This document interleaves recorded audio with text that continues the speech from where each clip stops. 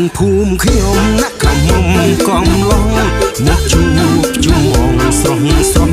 អស្ចារ្យទៅរំឯវត្តកាត់ជួបយាយតាហានិនផា